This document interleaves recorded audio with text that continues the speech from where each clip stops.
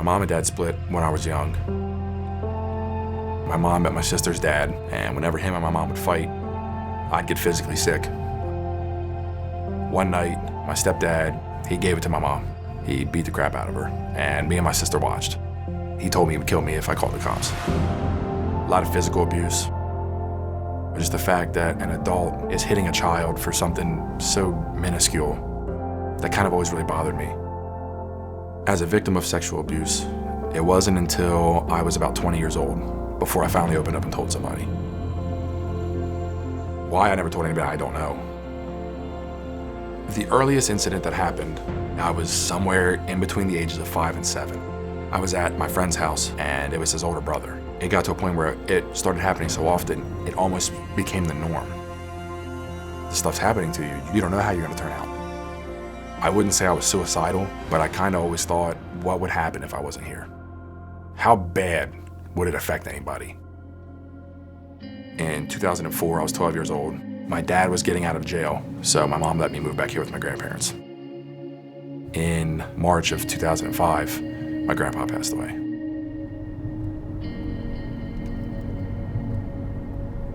So not only am I depressed, anxious, self-esteem issues, the biggest father figure I had is gone.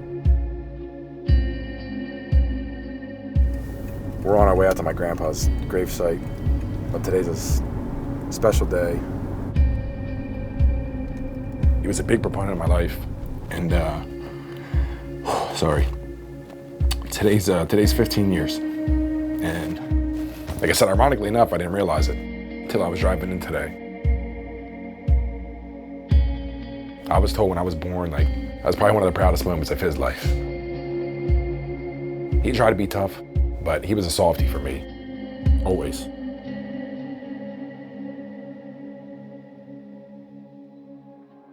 So now, it's me and my grandma. You know, that's really all we needed. Doggy! Hey! Oh. Give me good. Doug was a joy. Never got in any trouble. Involved in sports. And I thank God for the Point and his friends. Good kids. Never got in trouble. They were all involved with the Point. My buddy Greg, who lives up here in this brick house up here on the right, we'll pass. He started going. He's like, hey, you know, why don't you come down? A lot of our friends go. So I started enjoying it more, and then as I went, the younger kids started gravitating towards me like a leader or a role model, and I think Dwayne really picked up on that. So he came to me and asked me to do what they called the points of light. People were having hard times. We did different things for them. These are the youth of your community. We're instilling these values in them at a young age, and to kind of teach them those core values and help them progress through life. So when I first started going down with Greg, he introduced me to Glenn. He took a big interest in my life, and Glenn was a big Cowboys fan. My name is Glenn Loatman. I'm pastor of Community Bible Fellowship. When I was growing up, I didn't have a lot of opportunities, a father in now the picture, so I could relate to a lot of the kids. So we would talk about the Cowboys, and eventually we started talking about other things, and he kind of got to know me, and he planned this trip to go to a Cowboys game.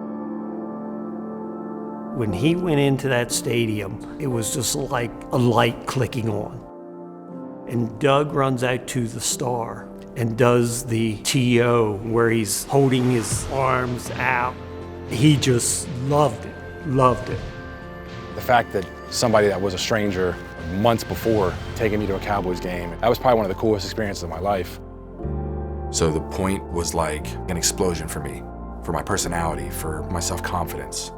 The Point really helped develop me and give me, the responsibilities, the leadership that was in me, how to hone that and turn it into something positive for me.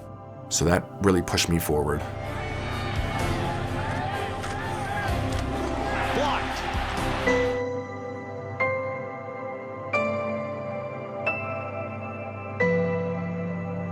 My name is Kristen Lester. We met at Lebanon Valley College. We got married on October 8th, 2016.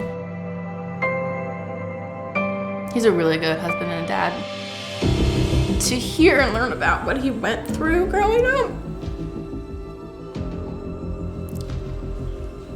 I don't know how I got him, you know? Like, how he beat all of that and is the person that he is really amazing to me. I want to be married once. When I met Kristen, the values that she has, the person that she is, I knew early on, I think she's the one. I wasn't going to stop until I had what I wanted. And Kristen, the kids, this house, my career, this is me, this is what I wanted. Being a father is probably the greatest thing that I've ever done in my life. I always had both my grandfathers teaching me how to be a man, hard work, not letting me quit when I start something. And it's amazing knowing that I come home from work and my kids see me every day and they see us together. I think like family for him was a chance to kind of redo everything and make family what he wanted it to be.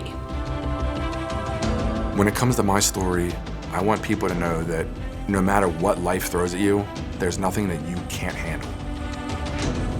You have to stay strong. There's people there for you, whether it's family members, friends, people in the community, you know, like The Point. There's places you can go, people you can talk to, things you can do. You have to push through, because even in your darkest days, you're gonna come out on top.